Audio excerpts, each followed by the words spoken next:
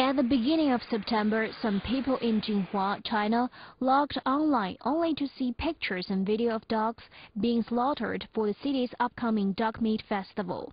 Animal lovers across China quickly began criticizing the event for its animal cruelty and urged organizers to cancel.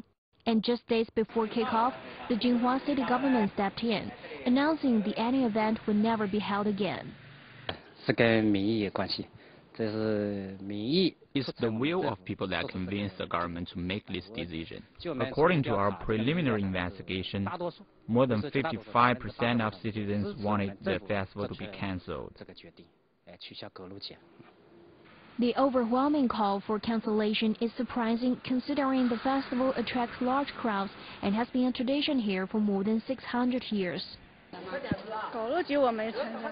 I know it's held every year, but I've never attended it. We don't like dog slaughtering. It seems so cruel. The cars can't even get through because there are so many people. It attracts a lot of people. I myself was born in the year of dogs, so I don't like killing dogs for food. A majority may have opposed the festival, but there are still some who believe it should go on as scheduled. Specifically, those who depend on the event to make money. No doubt that the volume of business here will drop. Downtown will lose several million in profits. I will lose about $1,000. We live for this event and the Spring Festival. We are businessmen. Each year before the opening of the DogMeat Festival, stores in Tianxi village rent a sidewalk space in front of their shops for $15 a square meter. And according to business owners, a medium-sized shop usually earns about $1,500 during the three-day festival. While the loss of money has many upset, the end of a century-old celebration has others angry. People eat dog meat during a festival as part of the Zixi Temple Fair, which pays respect to Zhu Yuanzhang, an emperor during the Ming Dynasty. A senior general of Zhu Yuanzhang named Hu Dahai led the army to attack Jinhua, but he failed because there were so many dogs along the streets, and their barking alerted the defending troops. When Hu Dahai returned from the attack, he gave orders to kill all the dogs in the village and make them into a meal for the army. They attacked Jinhua again that night. This time they won, and they feasted on dog meat after the victory. Eating dog meat during the annual event was unprotested for centuries, but in recent years, that began to change. The reason? The dogs began being slaughtered on the street during the festival because some people believed it guaranteed the freshness and safety of the meat.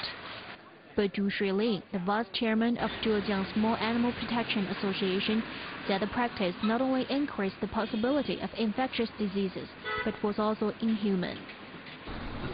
Human slaughter of animals is done on farm, or the animals are slaughtered without pain. But the pictures we saw showed animals being killed by sticks, pliers, or even drowned. Their blood was everywhere, blood of dogs and cats. The scene was horrific.